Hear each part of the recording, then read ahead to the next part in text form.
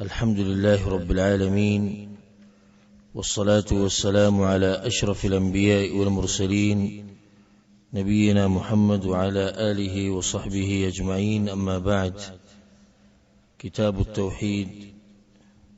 درسون دا مباركة سلسلة او باغي منغا اخرنی مسله دا بیانوله چې یو خو حلال بد الله د پاره کیږي او د غیر الله د پاره حلال کول څه شی ور کول داغه پنوم باندې د کفر او شرک ته او دغه تفصیل ته شی او به دا مسله بیان شي و چې مؤلف رحمه الله باب خضر باب لا يذبح لله بمكان يذبح فيه لغير الله. باغ ذکی بد الله د پاره حلالانه کې په کم ذکی چې د غیر الله د پاره حلاله کی او به دغه مسلې تفصیل مونږه بیان کړو او باغی باندې مؤلف رحم الله چې کوم دلایل راوړي دغه وضاحت دغه نه بعد باب راوړي باب من الشرك النذر لغير الله. دا باب دې پر راوړي تاسو ته په اوله کې دا مسله بیان کړې چې د لا اله الا الله مطلب دی د الله د پر عبادت ثابتول او د غیر الله نه نفي کول. نو صرف په دې باندې کار نه کیږي چې سړی زه صرف د الله بندگی کوم او د غیر الله د بندگی نه انکار نه کوي. او د غیر الله بندگی د شرک دی. نو دا غي باندې بزان پوه کی چې ځان ته موساتي خلق ته موساتي دا غي د پاره بیا هغه شروع کړ چې دا کار شرک دی، دا شرک دی، دا شرک ته تفصیل کړه. او دې کې دا مسله بیانې چې د غیر الله د پاره منښت کول نظرانی منل دم شرک دی. خو دې مخکې چې مونږه دا مسله او باغی باندې دلایل دا واضح کو دا خبر مونږ ته بیان کړی و چې نظرانه او منښت ستوي او اصل دا دی چې دا کار مکروه دی. مکروه د دوه خبرو دلاسه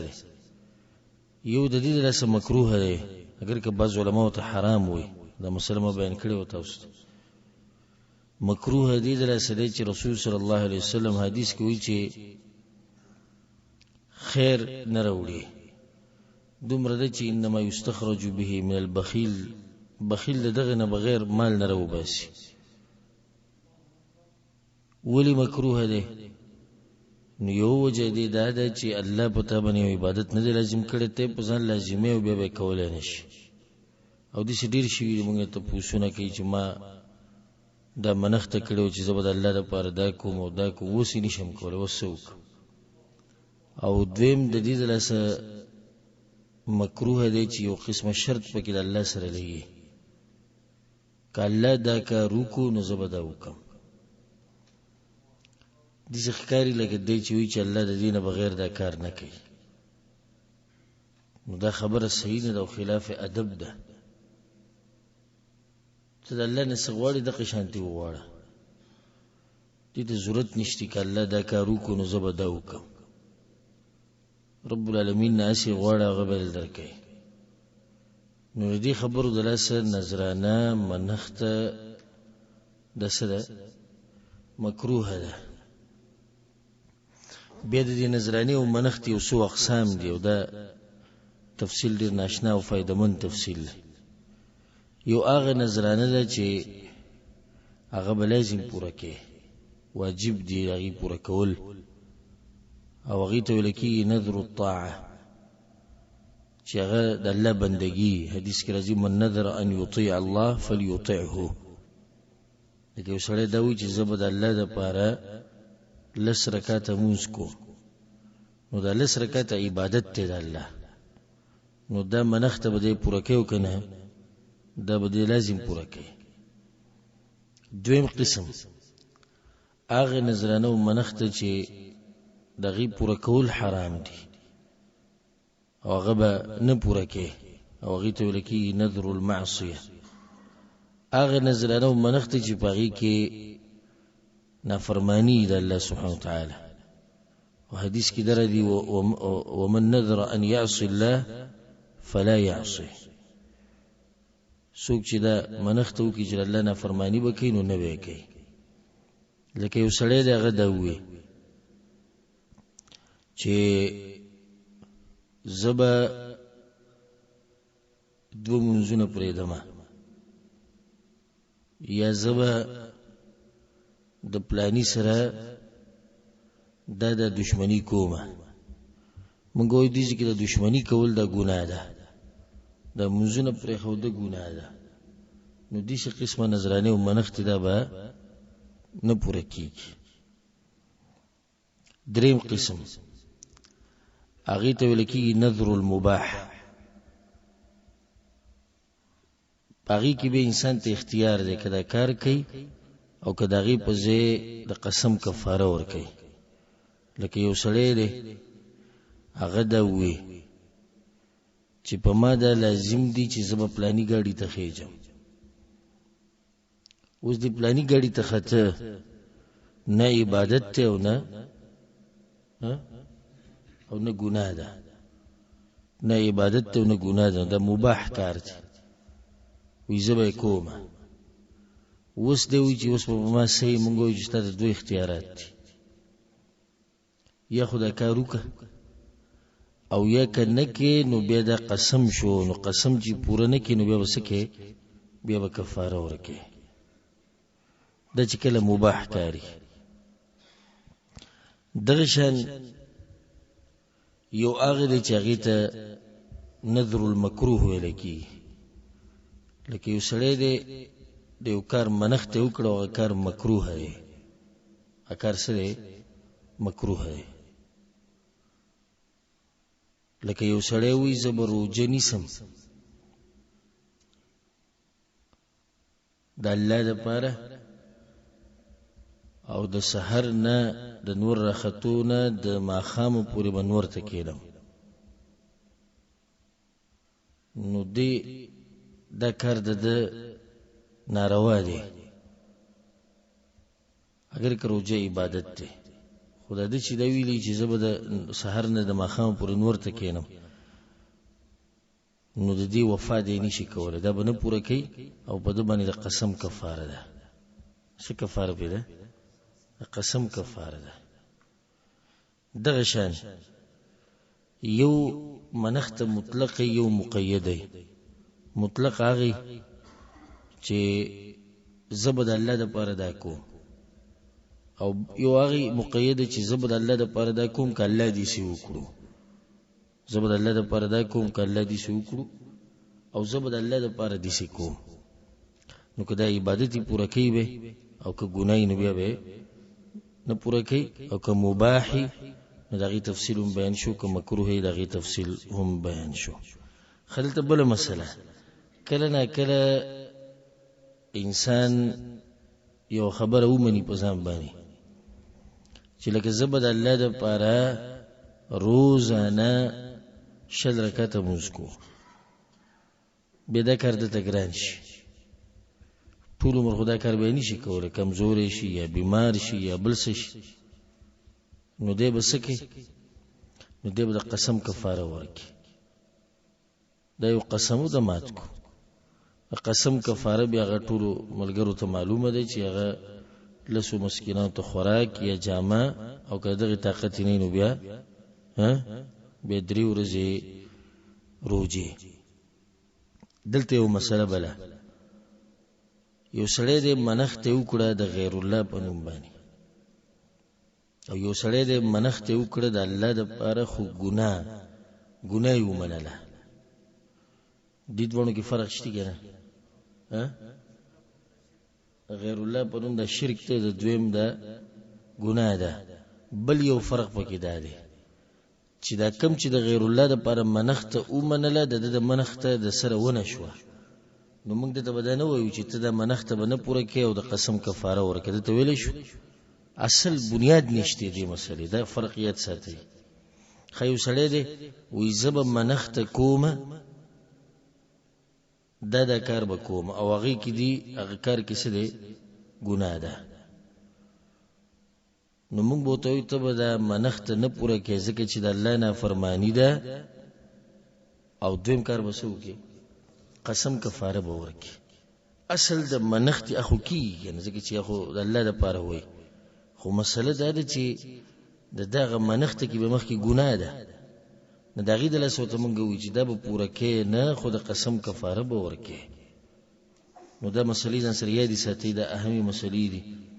په دې باب کې او دې باره کې ډېر خلک تپوسونه کوي ځکه موږ تفصیل لږ بیان کړو یو مسله دا ده چې کله یو شی دی ومنو او د هغې صفات دې بیان کړو نو بیا به هم په هغه صفاتو باندې هغه پوره کې لکه یو سړی دا ووایي چې زمونږ په کور کې چې کومه غوا ولاړه ده دا به د الله دپاره حلالوم بیا راغی تپوس کوي چې وایي موږ کره خو بیزم ده دا حلالولی شم او که نه موږ وایو نشي حلالولی ولې ځکه چې هغه ته خاص کړی بله خبره دلته دا ده یو سړی دی دا وایي چې زه به روجې نیسم لس ورځې د الله دپاره بیا سوال وکړو چې دا روجې دا به زه پرله پسې نیسم او که نه جدا جدا نیوی شم نو جواب د هغې دا دی چې تا څنګه منښته کړې وه که تا ویلي چې زه به لس ورځې روجې نیسم پرله پسې بیا به پرله پسې نیسي او که ته عامه خبره کړي چې زه به روجې نیسم د الله دپاره لس نو بیا پرله پسې هم نیوی شي او جدا جدا هم نیوی شي دلته یو بله مسله اهمه هغه ده چې په نظرانه او منښته کې د کمزوري نه غوره ته تلی شي د کمزوري نه غوره ته وړېدی شي خو د غوره نه کمزوري ته نشي راتلی لکه یو سړی دی هغه وایي چې زه به د الله دپاره ګډ حلالومه بیا وایي چې موږ سره خو ګډ دی هغه به حلال کوه کولی شي که نشي ولې ګډ غوره دی د ګډې نه دېسې کې دی غوره ته وړي نو غورې ته وړېده دا خو جایز دي یو سړی دی منښت یې وکړه چې زه به په بیت المقدس کې مونځ کوم 2 رکعاته فلسطین ته به ځم اول ته به زه 2 رکعاته مونځ کوم بیا دا تپوس وکړو چې د کور خوا کې زموږ ډېر غټ جومات دی نو که دا 2 رکعاته هلته وکړم ولې ځکه چې دی د غوره نه کمزوري ته راغی خو بیا دا سوال وکړو چې زه ځم مسجد نبوي کې د 2 رکعاته وکړم نو بیا کولی شي ځکه چې د کمزوري نه غوره ته لاړ نو دا اهم مسایل دي چې تعلق ساتي د نظرانې او منښتې سره که بیا هم ستاسو په زړه کې څه سوال و یا څه اشکال و د هغې تپوس بیا وروسته کولی شئ دغه شان دا منښتې نه کېږي چې یو شی یو کار ستا په لاس کې نه وي لکه اوس یو سړی دا وایي چې زه به په هوا الوځمه الوتی شي څوک نشي الوتی یا زه به د الله دپاره د پلاني په کور کې چې کوم میخه ولاړه ده به حلالومه کی نه کېږي ځکه چې دا خو د مال نه دی د پردي مال کې خیراتونه کوي دلته باب راوړی دی باب من الشرک النذر لغیر الله باب په بیان د دې کې چې د غیر الله دپاره نذراني منل د شرک دی ولې وجه دا ده چې نذرانه او منښت منل دا څه دی عبادت دی او عبادت د غیر الله دپاره صرف کول دا څه دی شرک دی نو دیزی کې په دې باندې دلایل راوړي اولنې دلیل په دا راوړي وقول الله تعالى يوفون بالنذر الله سبحانه وتعالى په سورة الانسان یا سورة الدهر کې د مؤمنانو صفت کړي او د جنتیانو دغه ډېر اوصاف بیان کړي یوفون بالنذر یو صفت دا دی چې سم منښت وکړي نو به پوره کوي نو دیزي کې یو مسله هغه ده چې مخکې خدا بیان شو چې دا منښت اصل دی چې دا مکروه دی نو بیا څنګه الله دې مؤمنانو صفت کوي جواب دا غي دی چې الله په دې صفت نه کوي چې دوی منښت کړي دی الله وی منښت چې وکړي نو هغه پوره کوي نو صفت ته څه شو صفت ته پورا کولو شو یعنی مؤمن چې یو خبره په ځان لازم کی چې زبد الله د پر دا کار کوم نو بیا کوي یوفون بالنذر ويخافون يوما كان شره مستطيرا یریږي دوی د هغه ورځې د شر نه چې هغه خور ور شر دی او هغه د قیامت ورځ ده الله سبحانه وتعالى د غیتونو کې مخکې دغوی نور صفاتون بیان کړي يوفون بالنذر ويخافون يوما كان شره مستطيرا ويطعمون الطعام او غریبانانو لا خوراکونه ورکی علی حبه سره د دې چې د خپل د مال سره محبت او زړه کې چې جمع کما خو بیا خوراک مال روالي چاله ورکی مسکینا و یتیما و اسیرا غریب له ورکی یتیم له ورکی یا قیدی له ورکی ويطعمون الطعام على حبه مسكينا ويتيما واسيرا انما نطعمكم لوجه الله بیا تدامو چې موږ د خوراک د سره پاره درکو د الله د رضا لپاره درکو لا نريد منكم جزاء ولا شكورا موږ ستاسو نه دی په بدل کې څه بدله نه غواړو او نه موږ شکریا غواړو او د مؤمن صفت ته دې لپاره ما د آیت پوره کو چې کلم خو کې نو بیا په دې انتظار مکه نه چې دا سړی به ما سره خکې بلکې تا چې دا خکړی د الله د رضا لپاره کړی نو به پریدا او ما تاسو دا فائدې ذکر کړی چې بعض علماء دلته دا خبرم ذکر کړی چې دې سبب نه هغه سړی ته چې زما د لپاره دعاګانې غواړه ولې به تم تاسو شو وخت اگر کله جایز کار دی خو لکه دغه علماء هغه سوچ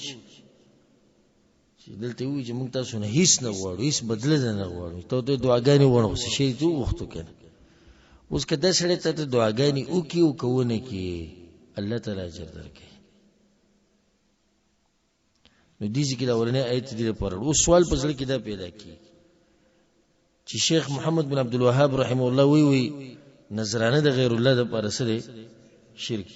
او به بدايه ترولو چې مؤمنان نظرانه او منښت پوره کوي نو د دې خبرې سره کار سره نه ستاسو د ذهن زی سوچ نظرانه او منښت غیر الله بنو شرک به مؤمنان نظرانه منښت پوره کوي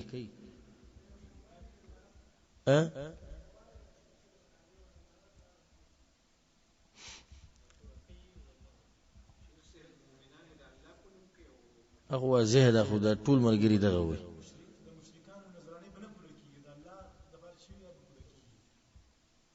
نه د دې جواب ده دی مته صبر بروي چې دی علماء الله ډیر اوچت ذهن ور کړی دغه د کم زینه دلیل لوري دی او سوچ وکوي وی د غیر الله د پاره نظرانی شرک دی به وی مؤمنان نظرانی او منښت پوره کوي سوال ذکر راغی چې دې دغه څه مناسبت ده جواب ده دی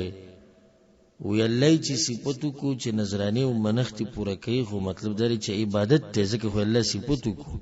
نو چې عبادت شونه عبادت به د غیر الله لپاره نه کوي دا مناسبت ده خدا تیز ذهن واړي او ویخ انسان واړي اګه تیز ذهن او د انسان کې واچي بیکار کی بیم کار نه کوي نو تیز ذهن سره د ویخ انسان د به فائدمن ذهن د خچ ویخ او ذهني کمزوري نه دم څه فائدې عمر خاص نه کوي خو چې ذهني تیزي او انسان ویخي نو دې خبره باندې رسی او خبره کې سوچ کوي الله سبحانه تعالی موږ ته تیز ذهن او ویخ بدن دی الله موږ ته نصیب کړي دا غینه بعد آیت راوړل وما انفقتم من نفقه او نذرتم من نذر فان الله يعلمه وی که تاسو څه خرچه کوئ د الله په لار کې یا څه منښت کوئ نو الله وی ماته معلومي اوس بیا دلته دا سوال لاغی چې عنوان ته وګورو د دلیل ته وګوره وی د غیر الله د پر نظرانه شرک دی بیا وی الله وی چې تاسو چې کوي منښت کوي د ماته معلومي دي د دې دغه به څه مناسبت دي دغه جواب د کوم چې ما ذکر کو چې دا عبادت ته یو جواب خو بل دی کې ډیر باریک جواب دی او صحیح شو خو سم مناسبت شو د عنوان سره الله په زړونو عالم دی خو دلته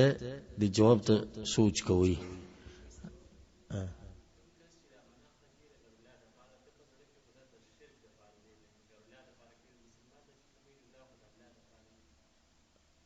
کی دي چې دا خبره خو واضحه ده چې الله په زړونو باندې عالم دی دا خو بنیادی خبره ده خو دې چې دا دلیل چې راوړو د دې مناسبت د عنوان سره ډیر جوور دی او غدي څه سوچ پکې کوي وی الله وی چې تاسو چې کوم منښتې کوي دا ماته معلومي دي او چې الله کله وی ماته معلومي دي نو مطلب دا چې الله پاغي باندې جزا ورکړي سبا ورکړي کنه ځکه خو وی کنه او چې الله په جزا ورکړي نو دا بیا د ثواب کار د عبادت ته نو چې عبادت ته نو بیا د غیر الله لپاره کول د دې شرک دی الله سبحانه وتعالى شیخ محمد بن عبد الوهاب رحمه الله باندې خپل خاص رحم وکي او الله دغه شان علم او دغه شان پوهه الله مونږ ټول ته نصیب کړي چې د کوم ځای نه دلیل راوړي او په کوم ځای ولګي دا د الله سبحانه وتعالى توفیق ته محض نو دا دوا حدیث دوا آیتونه په راوړي به دغه نه بعد حدیث راوړي وفي الصحيح عن عائشة رضي الله عنها عائشة رضي الله عنها وي أن رسول الله صلى الله عليه وسلم قال پیغمبر صلى الله عليه وسلم دا خبره کړی ده من نذر أن يطيع الله فليطعه ومن نذر أن يعصي الله فلا يعصيه چا چې منښت وکړه او باغی کې د الله بندگی او طاعت او عبادت نو به پوره کې او کچرته باغی کې د الله نافرمانی و نو بیا به نه پوره کې دا مسله موږ سره مخ کې تیر شو په دغه باندې مسائل وروړي په دې باب کې فيه مسائل اولنی مسله دا چې وجوب الوفاء بالنذر دا مسله ته واضح شو چې کله نظرانه او منښت وکړي نو بیا به پوره کې دویمه دا مسله ته واضح شو اذا ثبت كونه عباده لله فصرفه الى غير الله شرك چې کله دا ثابت شو چې نظرانی او منښتې د عبادت ته نو د غیر الله د لپاره بیا دا کول سره شرک دی دریمه مسله ته دا ثابت شو ان نذر المعصيه لا يجوز الوفاء به هغه منښت او نظرانه چې پای کې د الله نه فرمانی نو هغه به نه پوره کې د درې مسایل تر وېستې دي سره باب ختم شو دغه نه بعد باب راوړل باب من الشرك الاستعاذة بغير الله باب بیان د دې کې چې غیر الله پوری پنانی ول دم شرک دی او دا کومه مسلې چې تاسو ته بیانومه دا ګوره بنیاد دی دا نور چې څومره درسونه دا ټولو نه هم درس دی موږ د سوالاتو جواباتو درس کو مشکات قرآن تفسیر او نونیت ابن القیم او به دغه شند پیغمبر صلی الله علیه وسلم سیرت دا ټول اوره چې عقیده دیني هیڅ فائدہ نه درکې نو په دې ټولو کې هم درس حاکم یو دی هغه دی کتاب التوحید د توحید د درس د بنیادی درس دی په دې کې اخو دې خو بالکل نه کیږي او څومره چې ته په دې درسونو کې نه نوتی دومره به الله سره محبت ډیریږي او ممکن هر یو دا هدف او مقصد دی چې زلاته نږدې شم الله ته څنګه نږدې کیږي دغه توحید صحیح و پیژنه خالص توحید به بیا ستاسو سینې کې پروت او څومره چې انسان به چې دغه په توحید باندې د سر غبار او دوړه نه بالکل صفا عقیده الله غته نصیب کی ډیر خلک ګوره سرسری توحید مني سرسری خو به د تفصیل وته نه معلوم نو دې درسونو کې تفصیل بیانې ګوره وی نظرانه منښت بنه کې د غیر الله پرم غیر الله پرم به حلالي نه کی نو دا مسله او تاسو ته معلومه و چې د غیر الله پرم به حلالي نه کوي دا معلومه و تاسو ته او دا چې په هغه ځکه هم حلال نه کې په کوم ځکه چې د غیر الله د لپاره کې دا اوس تفصیل دی کنه دا واستنه پوره کلک موحد نه جوړي مسله ته بیانې خط تفصیلا د قران او د حدیث نه نو دې درسونو ډیر اهتمام کوئ په نسبت د نورو درسونو. موږ دا نه وایو چې دغه درسونه هغه دین دی الله، خو دا خبره مې دې پوره وکړه چې دغه باقی درسونه په دې ولاړ دي لپاسه دای بنیاد دی، چې بنیاد دې نه جوړ کړی به دغه درسونو فائدې نشته. دې ځکه باب راوړی باب من الشرك الاستعاذة بغیر الله. دا مبارک ملک الله دا خاد و آباد لري همیشه. دلته په وړوکوالي کې د کتاب التوحید سړي ته پړاوي او ما چې کله سبق وي معهد کې نو د اتم کلاس نه موږ ته کتاب التوحید شروع کړو، بیا په 3 کال کې راته دا ختم کو، یعنی د تقسیم کړي چې په دې شپږو میاشتو کې دومره شپږو کې سره د یادولو او سره د دې د وضاحت او د تفصیل. نو چې دغه عمر کې ستا په ذهن کې دا مسلې کېني بیا دا سړی که هر څنګه حالت پرې راشي هر څه کولی شي خو درې چې شرک به نه کوي، توحید به پکې مضبوطي. زموږ اسپینګیري دا مسلې ورته نه دي معلومه. اسپینګیري خو پرې د عوام ډېر مولیان پکې داسې دا مسلې ورته نه دي معلومه. څومره فرق دی د هغه ملکونو چې پای کې بنیاد هغه په توحید جوړ شي. تاسو ما دا خبره بیان کړې، ما خپل زوی په سکول کې داخل کو، دلته د عربیانو په سکول کې کتابونه ولور کړو په اولنی کلاس کې چې راوړو کتابونه ما کولو کړو، پای کې یو کتاب التوحید پس به یې لیکلو کتاب التوحید. بیا ما کولو کو نه ما شومانان دی او ته خو دې وړي مسلې وته بیانې ولګي وته بیانې.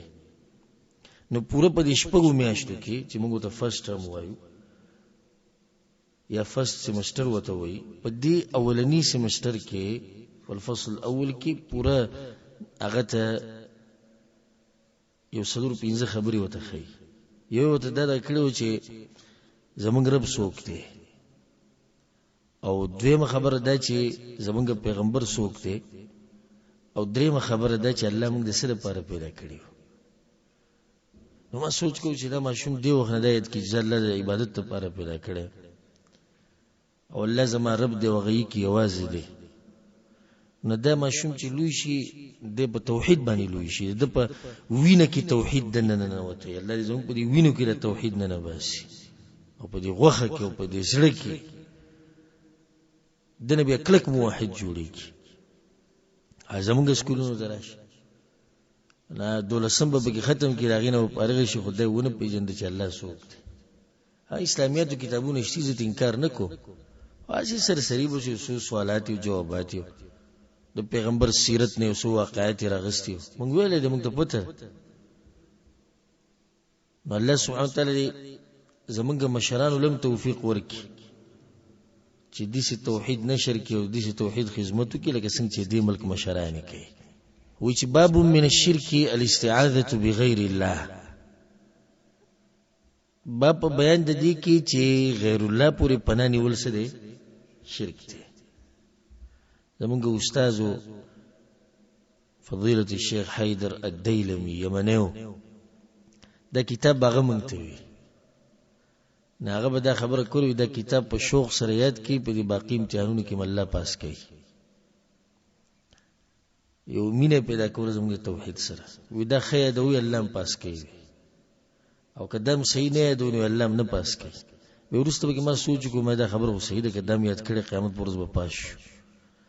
او قدم نه یاد کړي او ډیر سم کړي به به څه شو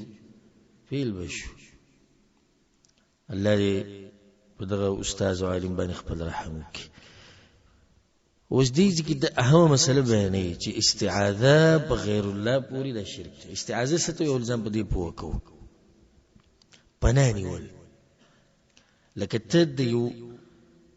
شینه و تختیدي د چا نه و تختیدي او د چا خواله ورلې چې ما بچ کده پلاني نه نو دې ته سوې پناه نیول استعاذہ پناه غوښته پلانی ما بچ کړی دی پلانی کار نه دی پلانی انسان نه یا زناور د بشات لګیدل ته تیمنډ وې یو زی ته ورننه وتی الته دی ځان پټ کو اکست دی ما پټ کا دي ته استعاده. سوال ځل کې درځي نه بیا خو اخوی چې دا خو شرک دی نو بیا هډي خلک په شرک کې واقع شو. ګویا نه مطلب دا غدي سي مطلق نه دی. بعضو حالاتو کې استعاده پنانی ول په غیر الله پورې رسیدي جایز دي، په بعضو حالاتو کې شرک دی. بعض علما دا وی مطلقاً پنانی و په غیر الله پورې د شرک دی، بالکل شرک دی. او بعض په کې لک تفصیل کې وینا بعضو حالاتو کې شرک دی بعضو کې نه. په دې خبره کې ما سوچ کو ډیر جوړ چې دا کوم علما چې دا وی چې دا پنانی و مطلق د غیر الله پورې د شرک دی، دوی څه دلیل باندې دا خبره کوي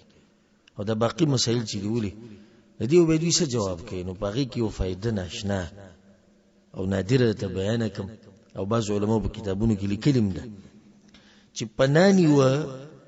په دې کې دوه عمل دي. سودی دوه، یو ظاهری او بل باطینی. ظاهری دا دی چې ته د یو شي نه پټ شوي پناه شوي د یو کس خواله ورلې د ظاهری کار دی. دویم باطینی دی د زړه تعلق. نو دا غوی مطلب دا د کوم چې مطلقاً شرک دی وی چې ته په غیر الله پورې پناه ونیسي ظاهرا او باطنا نو دا څه شو شرک ته. دا خبره صحیح ده. حکم علما چې تفصیل کوي هغه بیا په دې ظاهرا کې تفصیل کوي باطنا کې تفصیل نشي کېږي. لکه اوس پناه نیسم په یو مخلوق پورې په یو جایز کار کې چې هغه په طاقت لري او بیا د ظاهري عمل شو او بیا د زړه تعلقم د سره وساتم چې دا کاروم د د کولو دی والله رنه ییر شي نو دا هنر روا شو. واضح ها خبره په باطنن کې روانه ده، په ظاهرن کې باطینی خو تعلق مصیب د چا سره ای ابد الله سره. کما په مخلوق په پناه ویوړم او چې پلاني مال پناه راکا او هغه په دې کار باندې قدرت لري نو دا یو سبب دی. اصل کار کون کې څوک دی هغه الله دی. نو زړه خو بالکل اخوا دی خوا کېنه وسلازو ظاهر لا. نو بیا په دوه قسمه د پنانی ول په غیر الله پوری. یو پاغه سکه پنانی ول په غیر الله پوری چې هغه کار د الله دی او صرف په الله قادر دی نو دا سره د شرک او کفر دی. هم دې لپاره دا باب راوړی. او دویم پنانی ول په غیر الله پوری په دې کار کې چې هغه په طاقت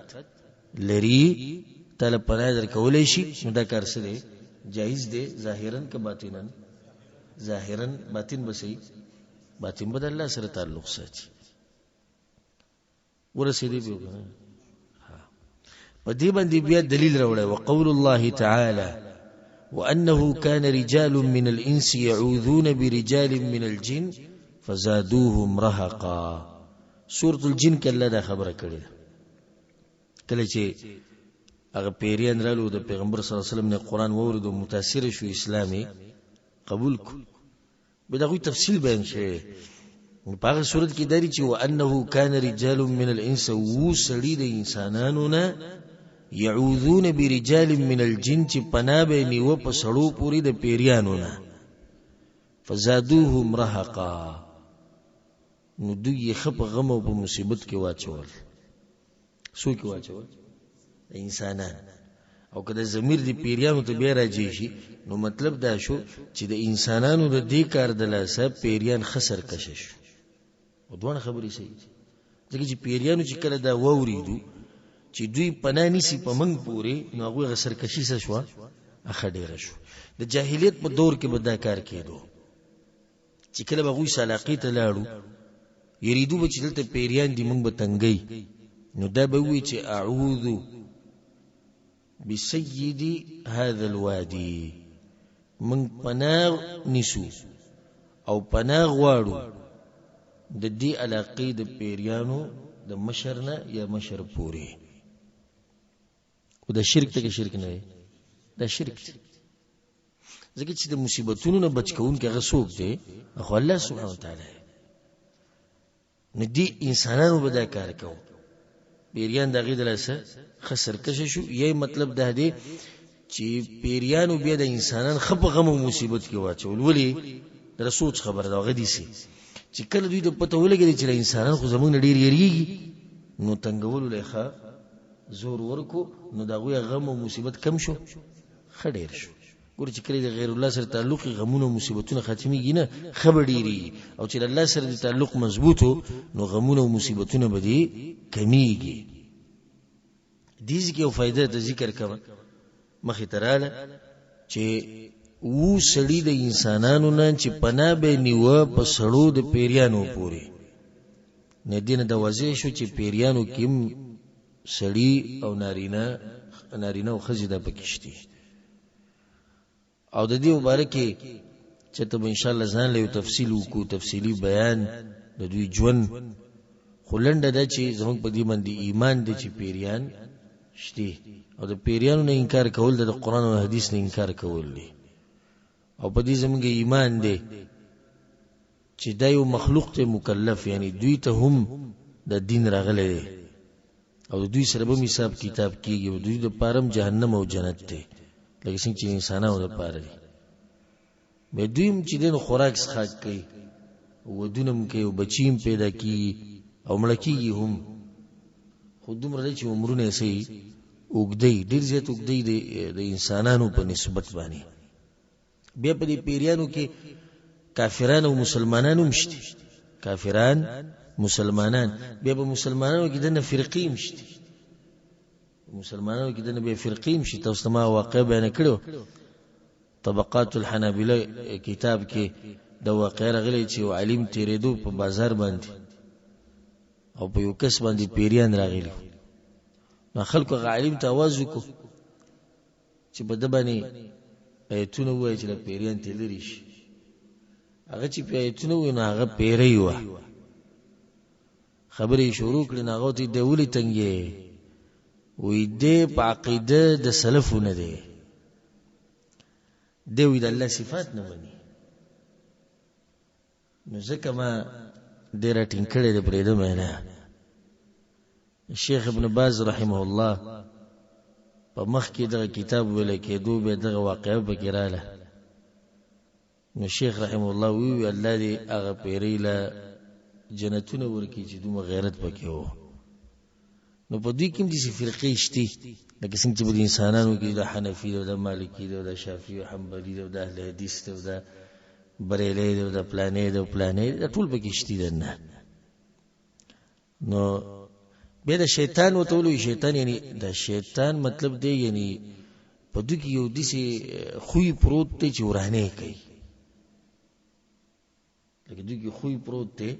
د ورانی لکه مونږ چې وایو پلانې لړ پلانې ته شیطانی وکړه څه وکړه شیطانی څه مطلب شو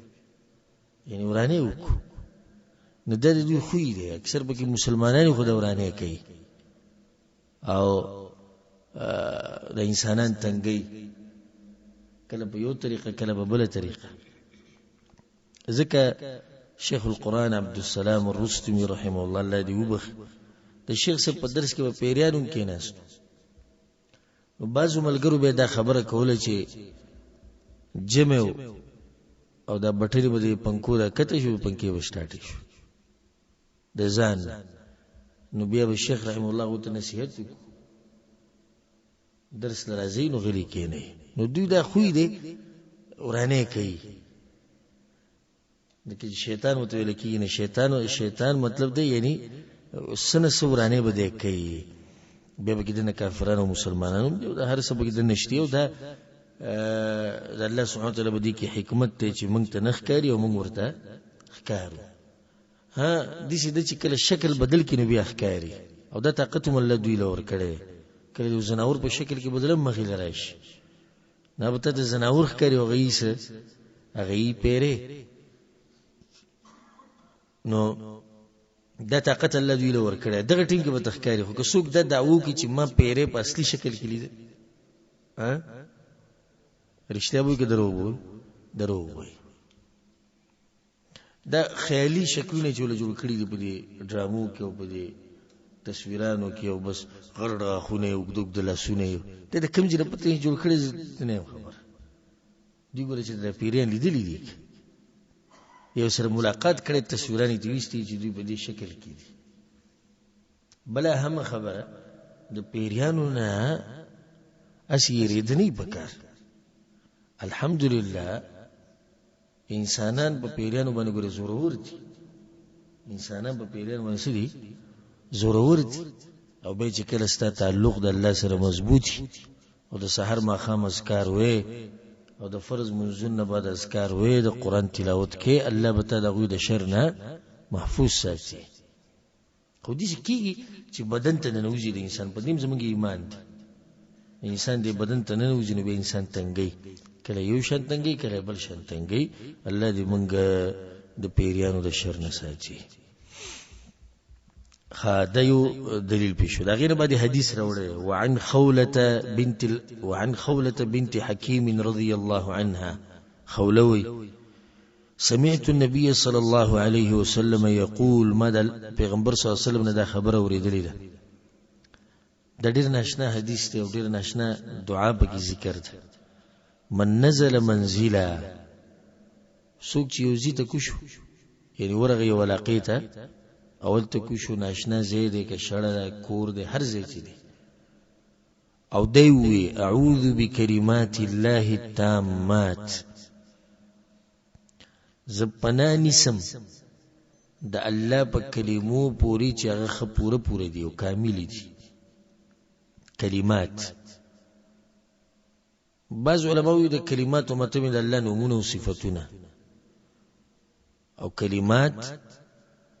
د الله سبحانه وتعالى خبرې د کمال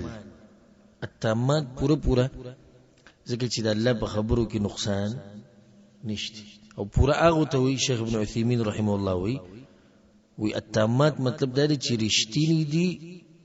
او عدل پکې دی او نقصان پکې نشته خاطر په دې په عکس باندې د مخلوقات خبرې دي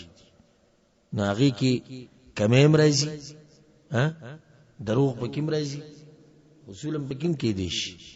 خدای الله سبحانه وتعالى کلمات دي سینې دي الله په قران کې وی قل لو كان البحر مدادا لكلمات ربي کچرته د دریاب صحیح شي او په دې باندې لیکل شروع کړي د الله سبحانه وتعالى کلمات لیکي لنفد البحر قبل ان تنفد كلمات ربي دریابونه ټول وچ او د الله خبرې به ختم نشي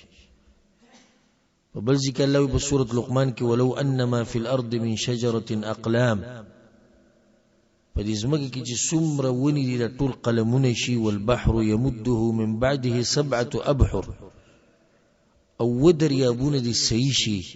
ما نفدت كلمات الله بیا د الله کلمات دغه نمونه او صفاتونه دغه خبري دغه تعریفونه او سناګانی د ختم نشي دومره زورور رب دی و دې کې سوال زړه ته راځي وی پنانی سم په کلماتو د الله پوری البته په اول کې وی چې غیر الله پوری پنانی وسري شرک دی به جواب کی صفت د الله دی او صفت د الله مخلوق نه نو دا ته پناونی و په الله پوری نو دا په دغه کې نه چې مخلوق پوری پناونی خو اعوذ بکلمات الله التامات پناه شيشنه من شر ما خلق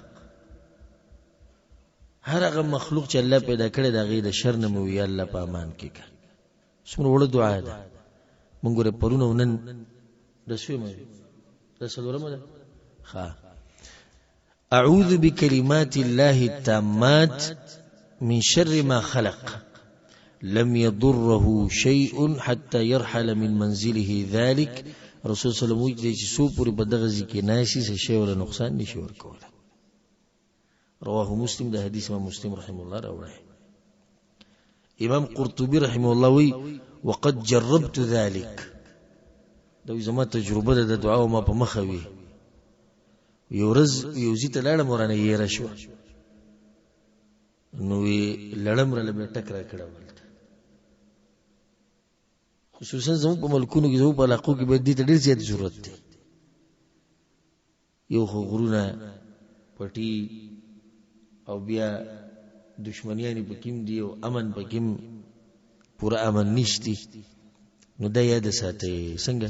ساتي اعوذ بکلمات الله التامات من شر ما خلق. خبرون چې موږ دعا ویلو جمعه ته نوتو چاته صحیح یاد ده اسی دغه یو غرب الغرب نه ویلي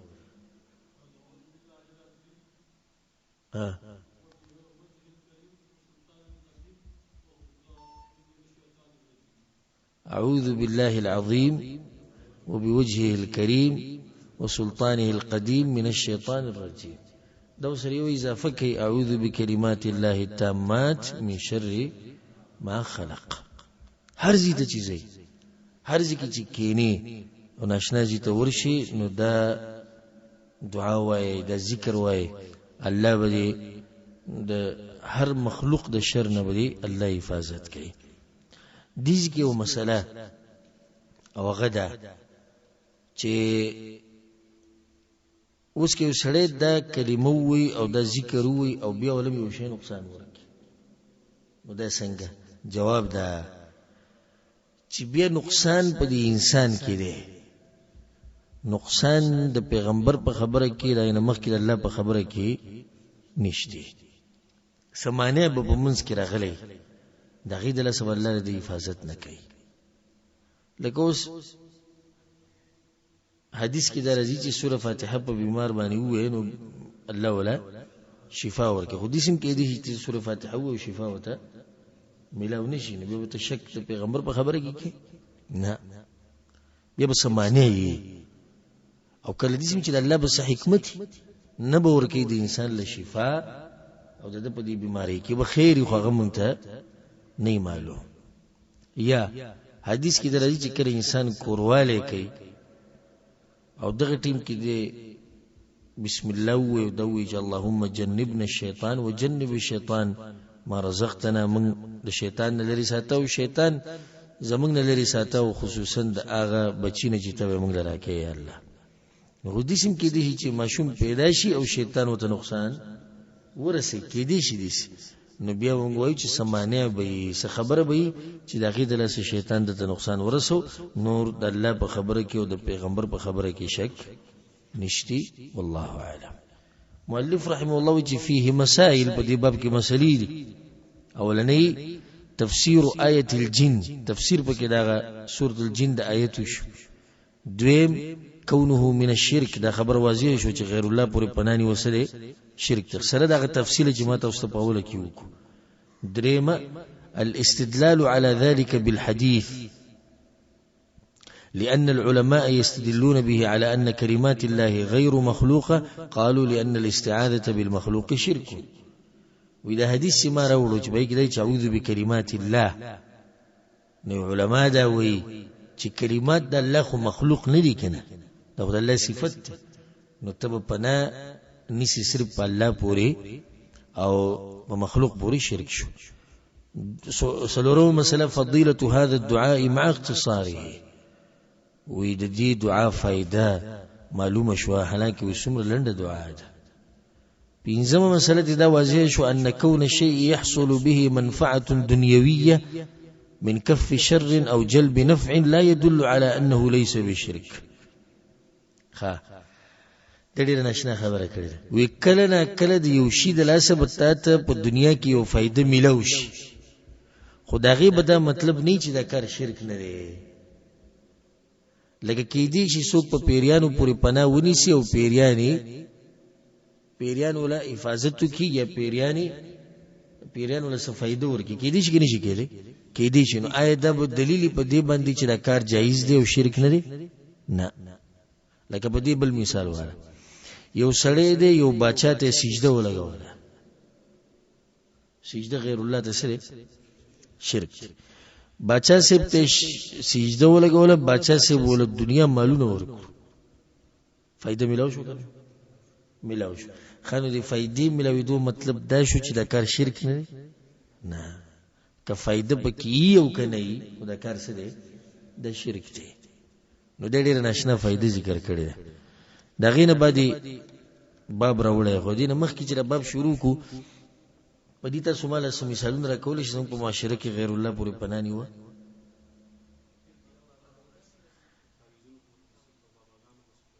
تعویذونه باباګان پلانی بابا راورسي د مشران خزي چې خپل خوې پلانی بچ می کی ها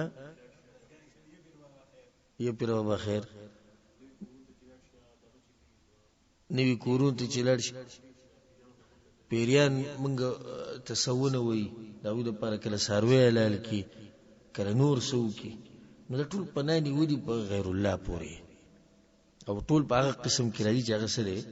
شرک دي دا غینه بعد باب د 14 باب د په دې مبارک کتاب کې باب من الشرك ان يستغيث بغير الله او يدعو غيره باب بیان د دې کې چې غیر الله نه مرسته غوښته او د غیر الله نه دعاګانې غوښته وي دم شرک دی زویمه که په دې ټول ژوند کې زما په تاسو څومره ژوند وپاتې صرف دا کتاب زه واضح کما او زما د ملګری ورونو خويندې به پوښي دغه باندې زه خوشاله یم چې عقیده د توحید شی او موږ د الله په جنو سي د الله حق د قیامت پر ورځ الله توحید شو وایي چې الله ګناګارو خنا فرمانیان هم کړی وو تاسو سره شریک چرته نه جوړ کړي ستا حق کې موږ چې په دغه باب کې موږ کمې نه کړي الله به وبخي خو چې سره الله ته مخامخ شي سره د دې چې د توحید کې کمې کړي نو الله قطعا نه بخي شرک کړي الله نه بخي دې کوي چې من الشرك ان يستغيث بغير الله او يدعو غيره دام شرک ته غیر الله نه مرسته غوښته او یا غته داغه نه دعاګانې غوښته خدام علی الاطلاق نه دی ګوري لکه څنګه چې موږ وی چې پنانی و مطلق په مخلوق پورې شرک خو نه دی کنه دغه شان د مرسته غوښته دا مطلق شرک نه دی د سری یو قید ولګوي او غدا چې مرسته غوښته د مخلوق نه په دې کار کې چې پاغي باندې قادر نه مگر یو الله د څه شو د شرک دا قید وسره ولګوي بس خلک دي سوي وي مخلوق نه مرسته غوښته په دې کار کې چې د مخلوق په طاقت نه دا شرک دی خدا قید د دوی غلط دی ولې غلط دی وجدا ده لکه اوس یو کسره ولګیدو د بل کس نه مرسته وغوښته د دې په ګومان کې دا چې د پلانې دا کار کولې شي بیا واضح شو چې دا کار نشي کولای خو بلی کولې شي نو کله قید دی هغه شان ولګو چې د غیر الله نه مرسته غوښته په دې کار کې چې داغه په وس نه رسی به وړي خلک تباہ کړي دې پیری دي شي چې خلک مرسته وغواړي د یو کار مبارکي چې ظاهر کې انسان باغی طاقت لري خو به طاقت نه مثال په نظر کې لکه یو سړی په یو کس په سراغ وستا مرسته ته ضرورت دی مرسته نه غواړم هغه یو لزرې له قرض راک وای زه ځان له غریب سره مونږ سره لزرې له کوم ځکه اوس دې په طاقت شته نشته نو کدا قید دغه شاوله کو به خدام شرک نو قید دي سی ولګوا مرسته غوښته د غیر الله نه په دې کار کې چې طاقت نه لري په دې کار باندې مگر یو الله لکه مثال یو سړی دی انسان ته وی مال بچی راکا کفر دی کنه دی ولی ځکه چې دا کار صرف د چا دی د الله دی یا پیر بابا باران راوره سم خیال شرک ته ولی ځکه چې باران راورول د چا کار دی د الله کار دی پلانیا برکت واچو زموږ په دې مال کې برکت اچو د الله کار دی پلانیا د قیامت پرستانه سپارش غواړم سم خیال ولی شرک دا کار به د الله په اجازه کې او الله چې چا ناراضي دغه د پاره وکي نو خبره ټول د الله په لاس کې یا دیس یا دغه دي شو طاقت نه لري یو غایب انسان ته جګسته خبرې نه وي لکه پایبان خو مثالونه دي زموږ د ملک یې څومره چې غوټو مړ دي کنه نو غوي دا خبرې نه لوی ځوان راورسي لوی ځوان راخ کې پروت لوی ځوان کوم ځکه دی عراق کې دی دې مسلې خو ورسته راځي چې لوی ځوان دا کار کولای شي او کنه خاول دا مسله حل کول غواړي چې لوی ځوان به راسي څنګه او دې دا خبره اوري او کنه دلته واضح شو چې لوی ځوان ته دا خبره سره رسیدلې نه او نه هغه اورېدلې ده. مخکې ورځ کې یو بریلي څه قصه بیانوله چې ما نو هغه قصه بیا یې رشوه خو هغې کې داسې و چې لکه لوی ځوان خپل پیزار وویستو څوک یې پې وویشتو او هغه کس په بله علاقه کې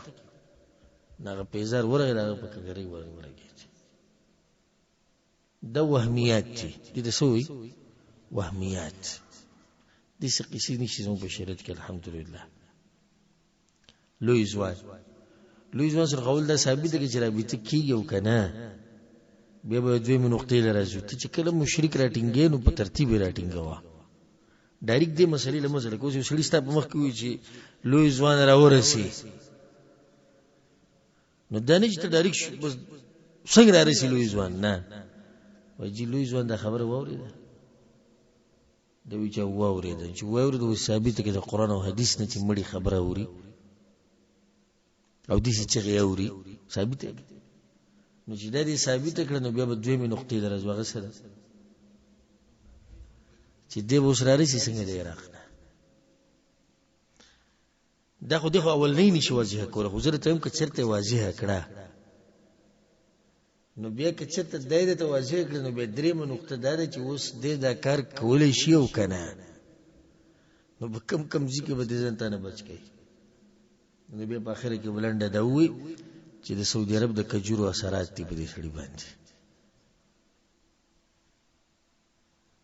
ښه کجورې خوړلې وي کجورو یې دی بدل کړی دی. دا خبرې چې څوک کوي نو د سعودي عرب نه له کجورې راغلي یا کله وي دوی له کمبلې راځي او کله وي دوی له پلانې شی راځي پلانې. زه حیران یم دې ته چې په کجورو او په کمبلو باندې څوک دین پرېږدي. بیا یو فایده دې ذکر کړمه چې سلفیانو ته راوړي موحدینو ته خو دوی نه راوړي که نه نو بیا ورته مسله په منځ کې نه مسله تاسو کې تاسو دومره کمزوري یئ چې کمبلو په دغه باندې خپل مذهب پرېږدئ. دا خو بیا تاسو ته مسله راواپس شو. دا څومره چې سلفیانو ته راوړېدلي دي اهل حدیثو ته والله ته پاک عقیده نصیب کړې ده خو دغه ګډوډو نه راوړېدلي دي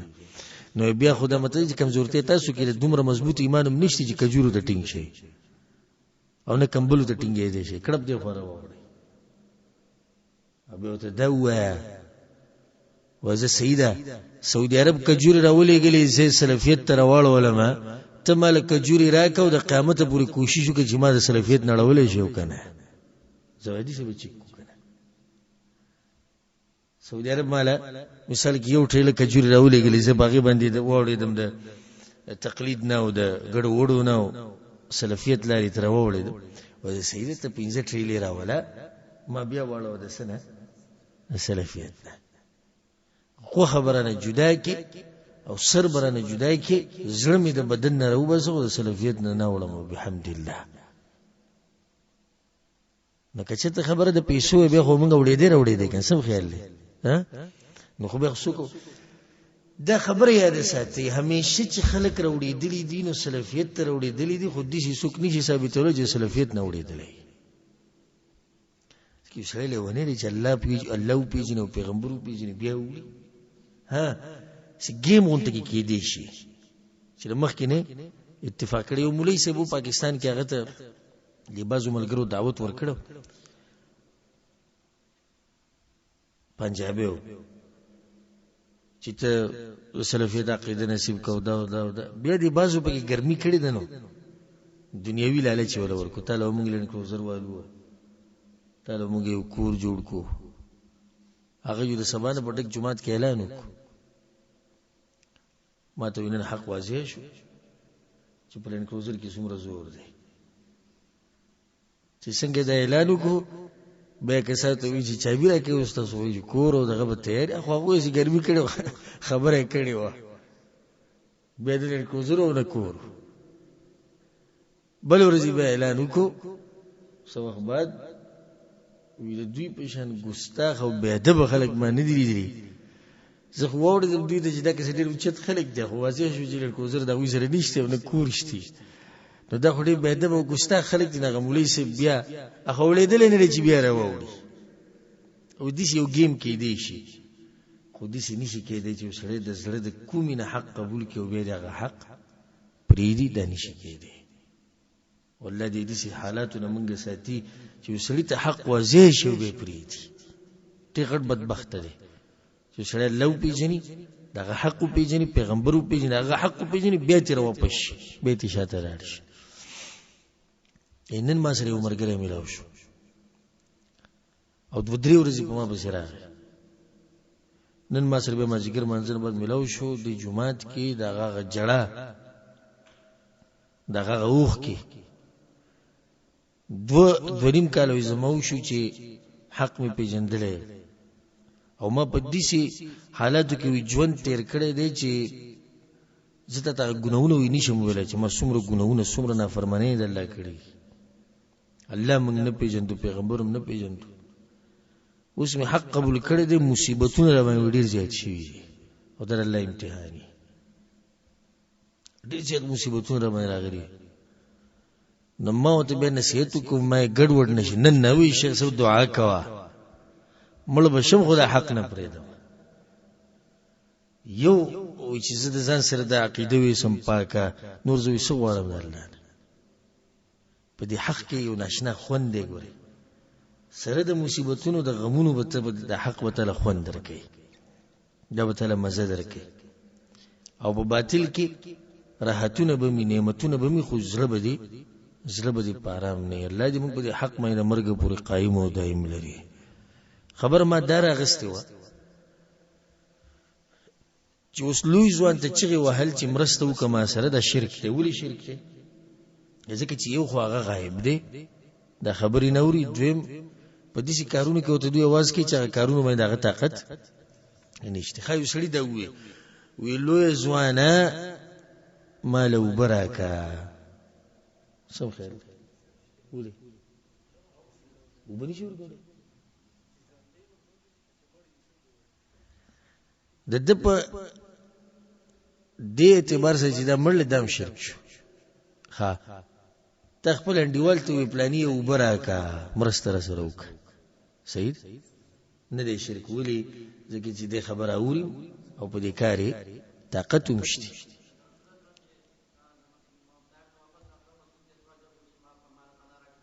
ماله پناه راکړي. داسې ډېر مواقف دي چې مرسته غوښتی شوې ده. دا خو واضح ده. په دې یو دلیل د قرآن نه ښیم. الله سبحانه وتعالی د موسی علیه السلام واقعه بیانوي. وی هغه ښار ته ورننوتو او خلک ټول ویده وو. نو 2 کسان یې ولیدو چې هغوی یو بل سره جګړه کوله. یو بني اسرائیل و بل قبطي و، فرعون سره. فاستغاثه الذي من شيعته على الذي من عدوه. نو مرسته وغوښته هغه کس چې د موسی علیه السلام د قبیلې نه و په مقابله د هغه کس کې چې دشمني و. مرسته وغوښته که نه وغوښته؟ دا شرک دی. ولې؟ ځکه چې موسی علیه السلام خو یو خبره اوري مخامخ، او دویم په دې کار باندې دغه طاقت شته چې دا سړی د نه بچ کړي. نو دا یو فایده د ساتي. مطلق داسې نه ده چې څوک د غیر الله نه مرسته غواړي د کافر شو. نه، د غیر الله نه مرسته وغوښته وایي وروره دې کې تفصیلي بیا دا دی. او یدعو غیره، او یا غیر الله نه دعاګانې غواړي. ولې؟ ځکه چې دعا خو محض عبادت دی. حدیث کې راځي ان الدعاء هو العباده. امام احمد بن حنبل او امام ابن ماجه او نور کتابونو کې امام ابو داود او دوی راوړي وی دعا خو عین عبادت ته رسول صلی الله علیه وسلم. نو چې دعا عبادت شو، نو عبادت د غیر الله د پارس شو، شرک شو. دعا څه شی غوښته، لکه موږ څنګه الله ته موږ له شګي الله پلانې شهرا کې پلانې را کې ما وبخي بما رحم کې، د غیر الله نه دا قسمه دعاګانې غوښته، د سره د کفر او شرک ته ولعیاذ بالله. په دې باندې به درس ودرو، لکه چې دینه باندې آیت راوړو. په دې آیت کې خبرې لګي وګدي دي او دا باب موګد دی. لکه دا هم مسله د غیر الله نه مرسته غوښته او د غیر الله نه دعاګانې غوښته. او دا واضح شو چې مطلق مرسته غوښته کفر او شرک نه دی. هغه تفصیل به کې لازم بیانوي کوم چې مونږ وکړو. ان شاء الله باقی مسائل به روان درسونه کې پورا کوو. الله سبحانه وتعالی مونږ ټول په توحید باندې مضبوط ساتي او الله سبحانه وتعالی مونږ له مرګ په هغه وخت کې راولي چې مونږ د الله په توحید او د پیغمبر په سنت باندې مضبوط یو. هذا والله اعلم وصلى الله وسلم على نبينا محمد وعلى آله وصحبه اجمعين.